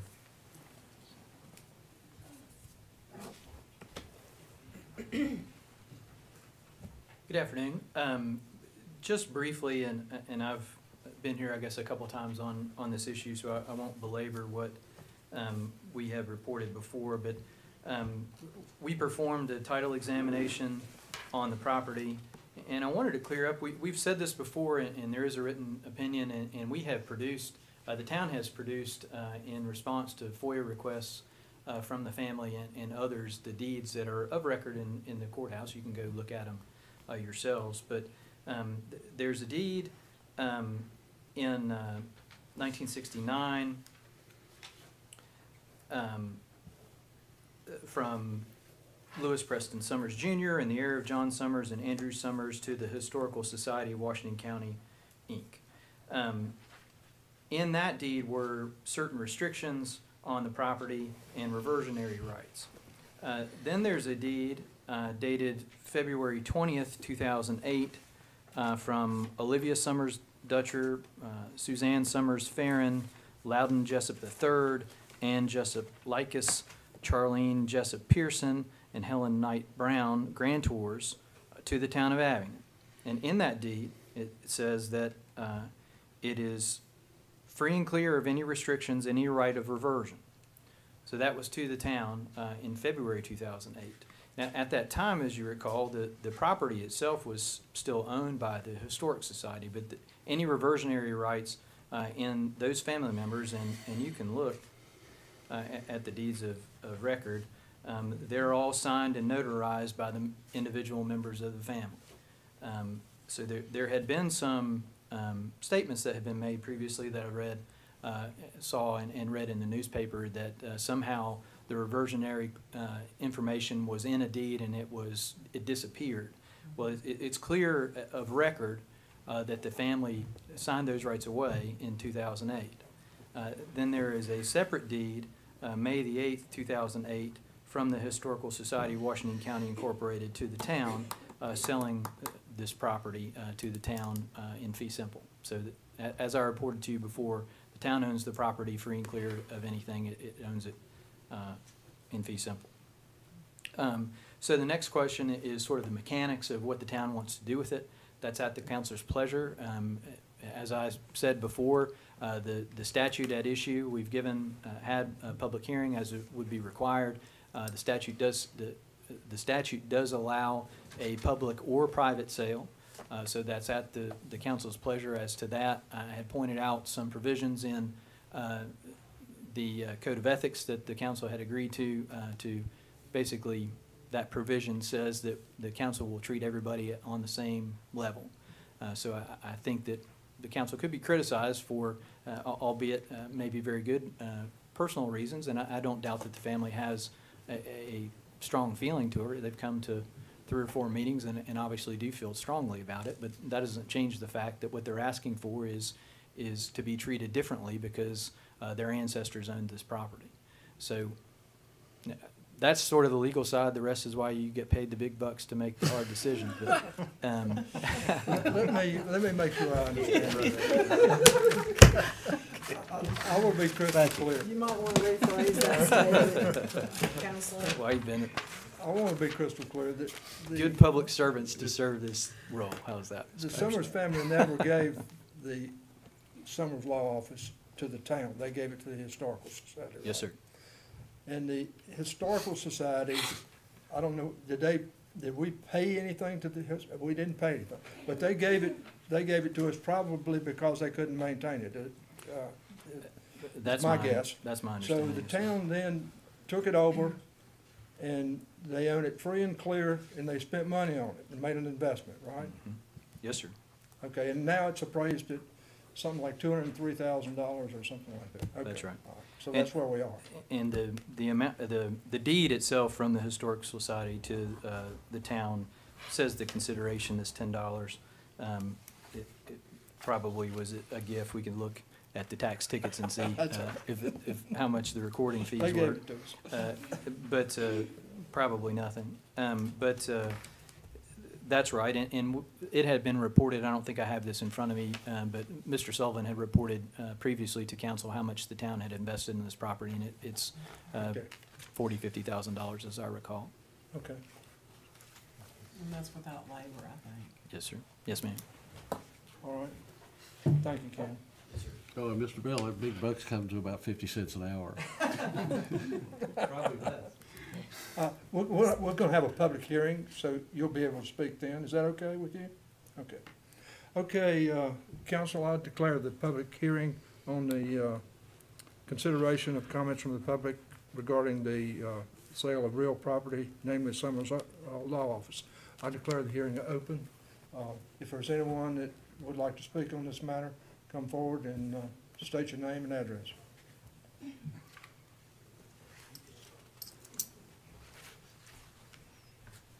Linda Summers, Gill, 15448 Briarwood Lane, Abingdon, Virginia.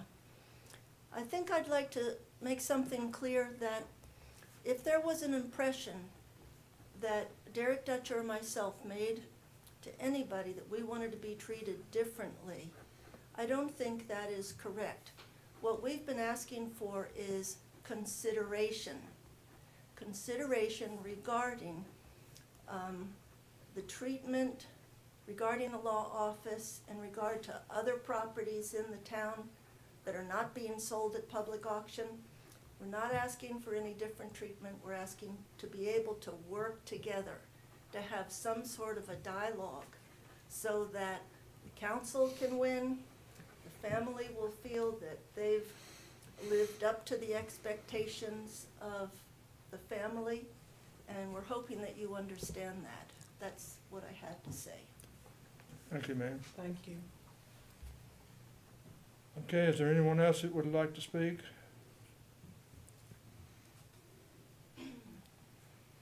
Going once, going twice. No one else wants to speak, so I declare the public hearing closed. Council, what's your pleasure on this matter? I think we need a little guidance here, and I would support setting up a committee consistent of the family and a member or two from this board and other interested people to look at it and advise us on it. Where's the money gonna come from?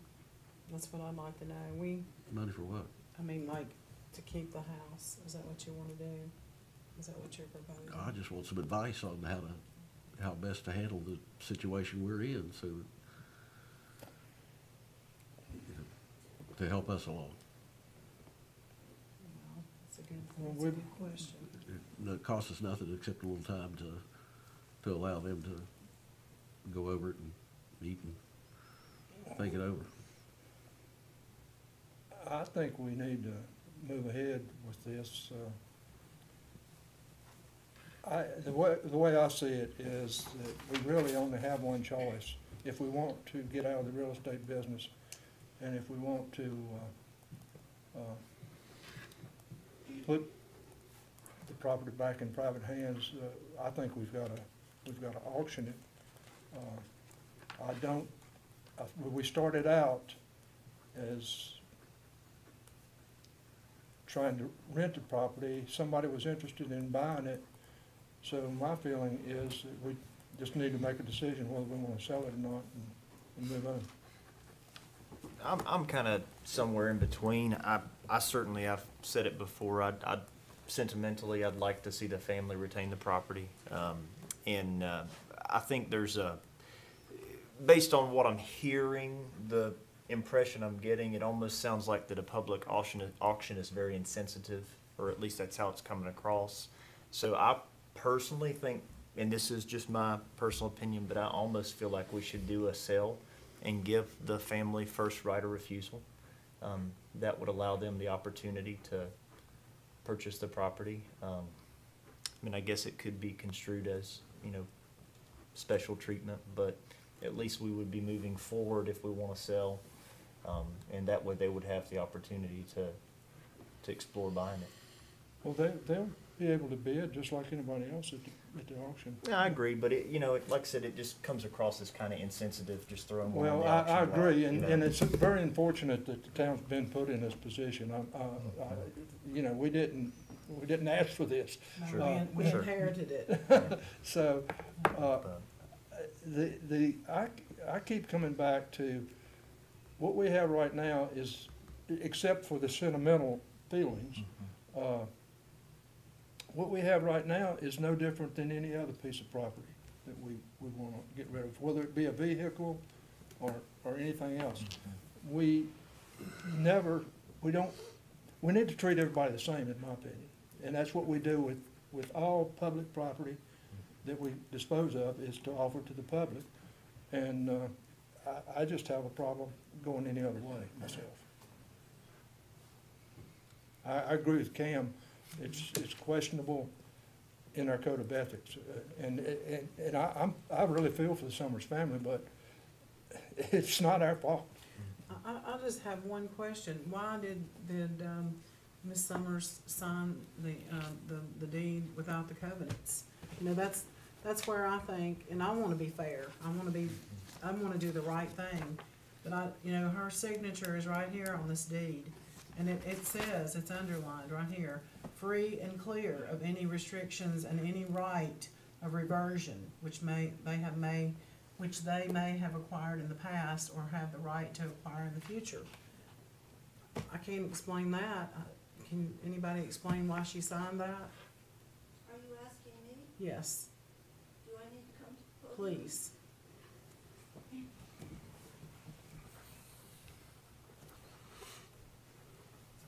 I learned about that later, actually just more recently. And from what I learned was that there was advice given to the family that with the reversion, it would be too difficult to enact any sort of procedure for that reversion with the heirs. Heirs were quite elderly at that time. The other thing I understand is that when they designated the property to go to the town, they were working with individual council members with reassurances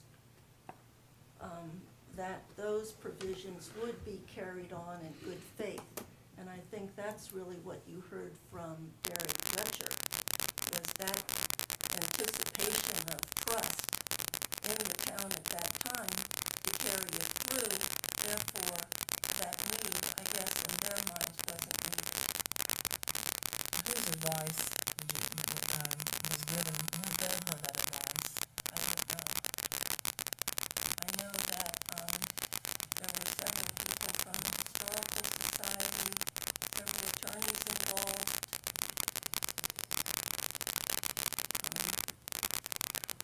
I think this is a very unusual situation. The town doesn't sell anything except for worn out trucks.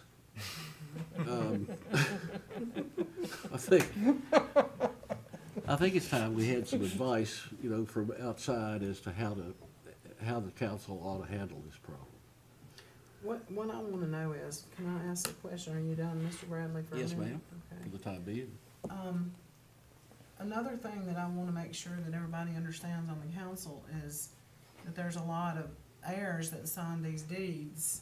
And are we being fair to all those heirs as well with whatever we do? I mean, especially a sale to, I don't know how many of you all are wanting to buy this property, but, that could open up a can of worms. So, we've gotta look at this at a legal standpoint as well. Well, apparently,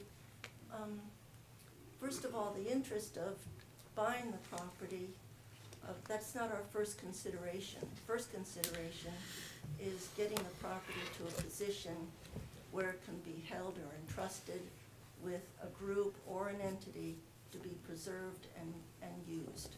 Well, that's where we started, and that really doesn't work unless you've got somebody to bankroll it, because there's maintenance on the property. We don't get any tax revenue off the property, so it's just a whole. That's the reason it was Well, put. certainly the position to be fiscally responsible, I would expect would have to go across the budget, across the board, with all historical properties, and with all entities in the town that the town has taken on to look after for the community. So certainly that's a consideration, but this is a very small expense and a temporary one if we are able to establish a group that could advise and could make some reasonable and responsible decisions. Because there is a lot of funding in the town towards other projects. And, So, and there has been, I'd like to find it, we don't. But I anyway. understand. and there has been, expenditures on that property as well. And in all fairness, we're the guardians of the taxpayers' money, and the taxpayers have paid for that property. And so we have to consider that as well. We've got one sitting on the corner down here that's probably gonna cost over $2 million, and we don't have it. Well, the town's owned the property since 2008, in 2015 in the winter, I think it was November or December, there was $36,000 invested in raw materials for an improvement. That improvement, I understand, was made so that the town could lease the property and have rental income as a return. So I guess the leasing didn't work out. Is it my understanding that there are some entities in town that are leased for very, very small amounts? I'm not sure. But take a look at that and make that comparison and see if this is, in fact is fair, considering other entities that have an opportunity to lease without a great return on the part of the town. Well, I will say that we do lease one piece of property for $1 a year, and that's the Barter Theater, but we gotta look at the income that they're producing. There's I understand. there's also the Depot Arts Yeah, the Arts down there. Depot. That's Now, the leased. Arts Depot, aren't those individual artists housed and make revenue Mhm. at the town's, what you might consider expense? Like the argument you're making about the Summers Law Office. The Summers Law Office right now, I would expect, is electric and water. Well, we just had to, we had drainage problems and we just had the expense of putting a curb in to stop that, so I don't know how much that costs. but- It's Well, also there's- come, I'm sorry, go ahead. it's also come to our attention, there's very little parking there as well, so that's another hindrance for, you know, opening it up to the public, I would imagine. Well, I guess, I don't know that I can say much more. I've put myself in your position. I would be thinking the way you're thinking, but the way I think, I would also be looking across the board and saying, well, we treat this person this way. I don't expect different treatment. Lease it to us for $1. We didn't ask for that.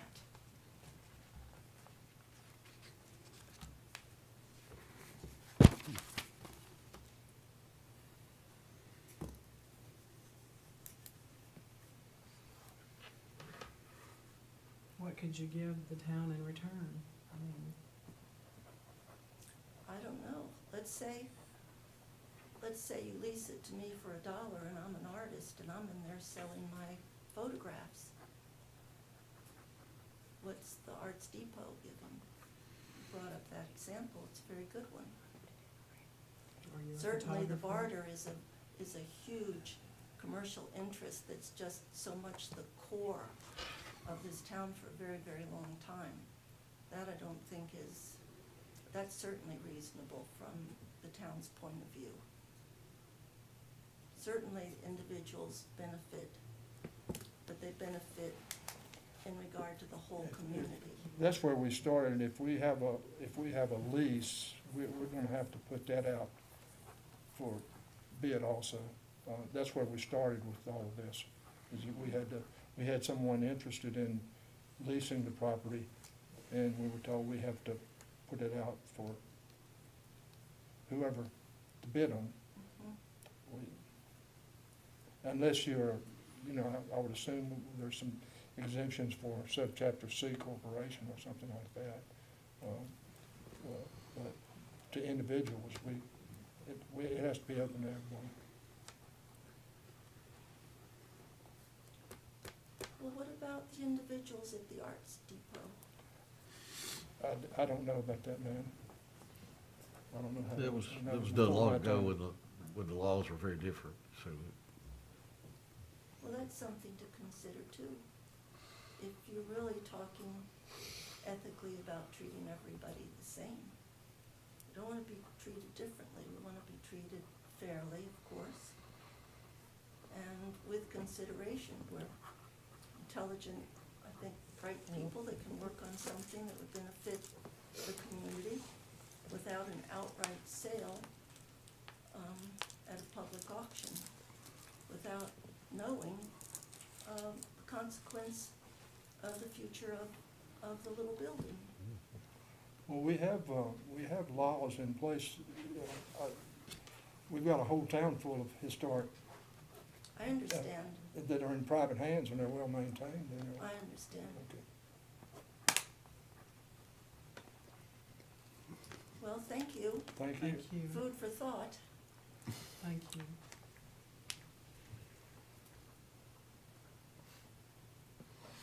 So I guess the starting place is do we feel like we have to act on it right now? That's one thing we need to clear up. I know, Al, you said you think we should give it some time. I mean, Mhm. that seems like the logical step. I know, Wayne, you said you think we need to act on it. Well, I don't think that, here's my opinion, I don't think we're gonna come up with anything any different than what we've got legally or ethically. I don't see that in the cards. I know there's possibilities of setting up a foundation or something like that. That's basically what we had to start with, and that's basically why we took it over, is nobody could maintain it. So I just don't see, I see it more as a delay and putting off a decision that we just need to make, I think. That's my opinion. Cindy? I'm all about being fair, you know, that's my middle name, I guess. I think it's fair to say we all want to All be, are, we all yeah. want Oh, to be, yeah, you know, yeah, we all we- want to be fair. There's no question about that. But I'm just speaking for myself as one council Right, person, right. I'm not saying you don't, okay? Or- Okay. Um,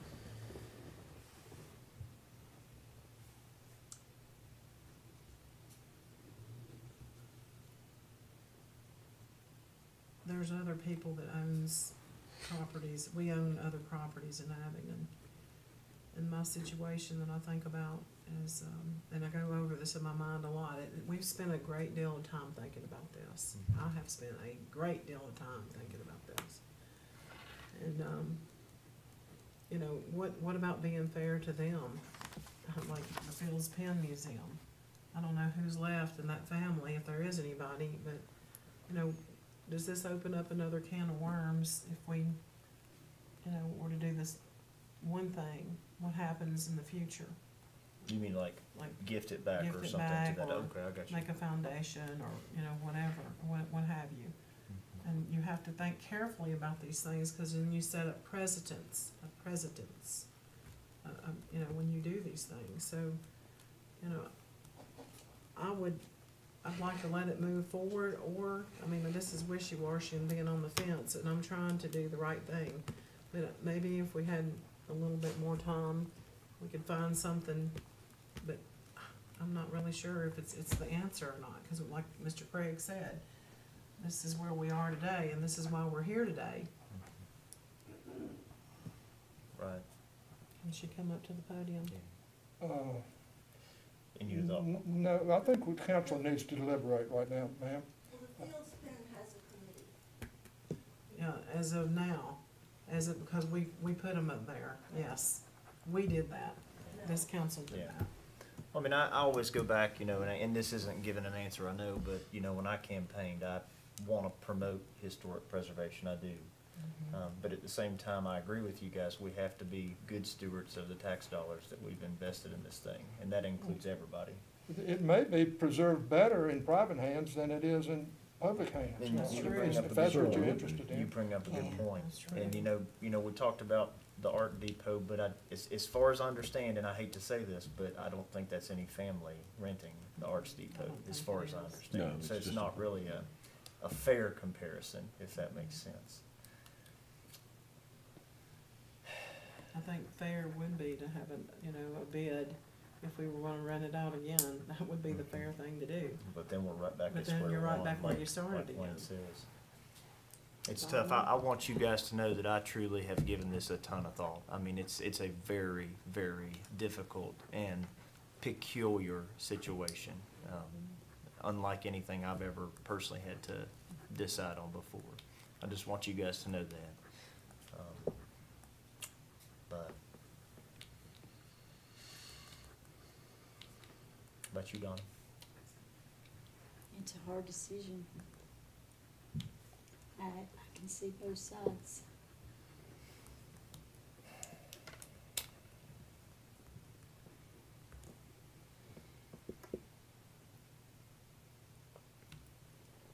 Well, to get the ball rolling, I'll make a motion that we authorize the town manager to, put the property up for auction. Just to be clear, can he make a motion by law? Legal, that's I just wanna make sure. the town attorney He can. Okay. He's an elected Fair representative, I enough. think he's. Well, I just didn't know for sure. I just wanna make sure the mayor's not under some sort of thumb there. I think that's another convention that he's sort of the figurehead, but legally and the ordinances say that he acts as a normal council member in all these meetings. Okay.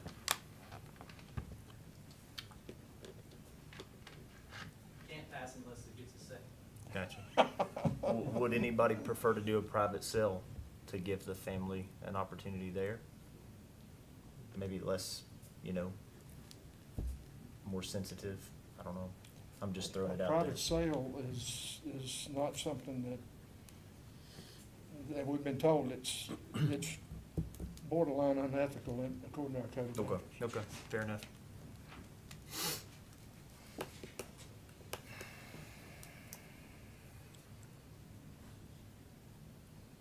Okay, I'd like to make a substitute motion, Mr. Mayor. I'd like to make a motion that we establish a committee composed of the Summers family, or representatives of the Summers family, members of, a member or members of this group, and several outside citizens to investigate the continued ownership by the town of the Summers Law Office and advise us on it ASAP.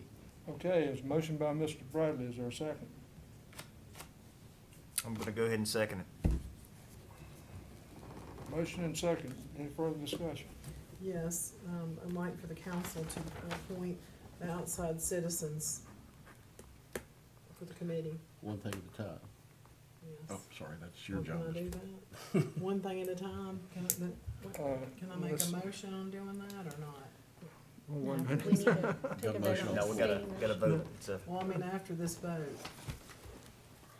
You can make another motion, yeah, sure, After this vote. after this vote, yeah. Okay. Or you can, well, amend his motion, but anyway, it's probably Yeah, simpler let to me go just to. make another motion. Yeah, that'd be okay, cleaner. all right, okay. All right, so we've got a motion and a second. Any further discussion? Second was by Mr. Webb, right? Okay. Mayor Craig, may I verify Mr. Bradley's motion? He is wanting to make a substitute motion to appoint one member of the Summers family. I want to make sure I get this correct. Is that correct? Yes. Okay. And you said member or members of council. Do you have a number in your motion? Two. Two? I'm so sorry. Kim, this is not, And the number of outside citizens. this is not really a substitute motion. My motion didn't get a second, Right, so it's just a motion, right now? Okay. Yeah. okay. And a number of outside citizens? Three. Three, okay. And who will appoint those? I'm just trying to make Now, wait this a so minute. that Wait- everyone wait a will know. minute. Wait a minute, I gotta add. One member of the Summers family, two members of council, so two members, two outside members. Two outside citizens. That'll make five. And who will appoint those outside citizens? This group, this body. Group will, okay. I'm so sorry, I just want to make sure it's clear. It's fine to Okay. nail these things down ahead of time. Thank you very much. Okay. Thank you. And that's what I was kind of trying to do, but. Okay, and that was seconded by Mr. Webb. Okay, any further discussion? Mr. Webb, you do agree to those I do changes? agree, yes. Well, Thank you. further discussion would be how long do we want to? Ms. Patterson, can we vote on this motion first, maybe? Yes, go Okay, ahead. thank you. That way it doesn't Okay. muddle it Yeah, more. he asked for discussion, and I was going to discuss, but go ahead. Well, Yeah, we'll you finish can this. discuss, but you Yeah, that's can't okay. change the motion, so. That's okay. Okay, all right, Okay. all right. Okay, if there's no further discussion, will you please call the roll, Kim? Yes, Mr. Bradley? Aye. Ms. Quetch? Aye. Mr. Webb? Aye. Ms. Patterson? Aye. And Mayor Craig? Aye. Future discussion now, or further, or wait? You you can wanna appoint make, members? the discussion's over, but you can make another motion if you want Yes. to. You want to appoint What members? what are you not happy about? No, I'm okay, I'm happy. Can't you see my smile? Well, I don't know, I forgot what I was gonna say. So you just have to- You were gonna appoint we'll members, just I have to think. wait. Cindy, I think you were gonna appoint members. Oh, thank you very much, yes. How long will this committee be allowed to work on this and get back to the council? We said ASAP, so if you wanna put a definite deadline on there, why don't you make a motion to put a definite deadline on it? Well, I don't wanna rush anybody, but, you know, what do you? You're asking people to do work for you for free, No. so Well, how I don't long, wanna do that. how much you gonna push them? I'm not gonna push them. Okay. I just, you know, okay, You wanna talk about who's gonna be on there now? yeah. Good. Do you wanna You tell wanna them? make a motion? No.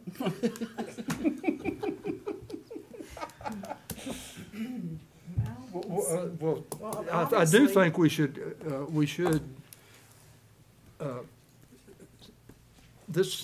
we should set a time that we appoint the committee. Is it agreeable with you all that we do it in the next council meeting? Yeah, that's Okay. good, Okay. yeah. What, November the fifth? November, would you Yeah. put that on the agenda? Kim? Yes, sir. Is that okay Okay. with you, Mr. Bradley? Yes, ma'am. All right, is there anything else, council? Okay, I declare this meeting adjourned. Hallelujah. Thank you.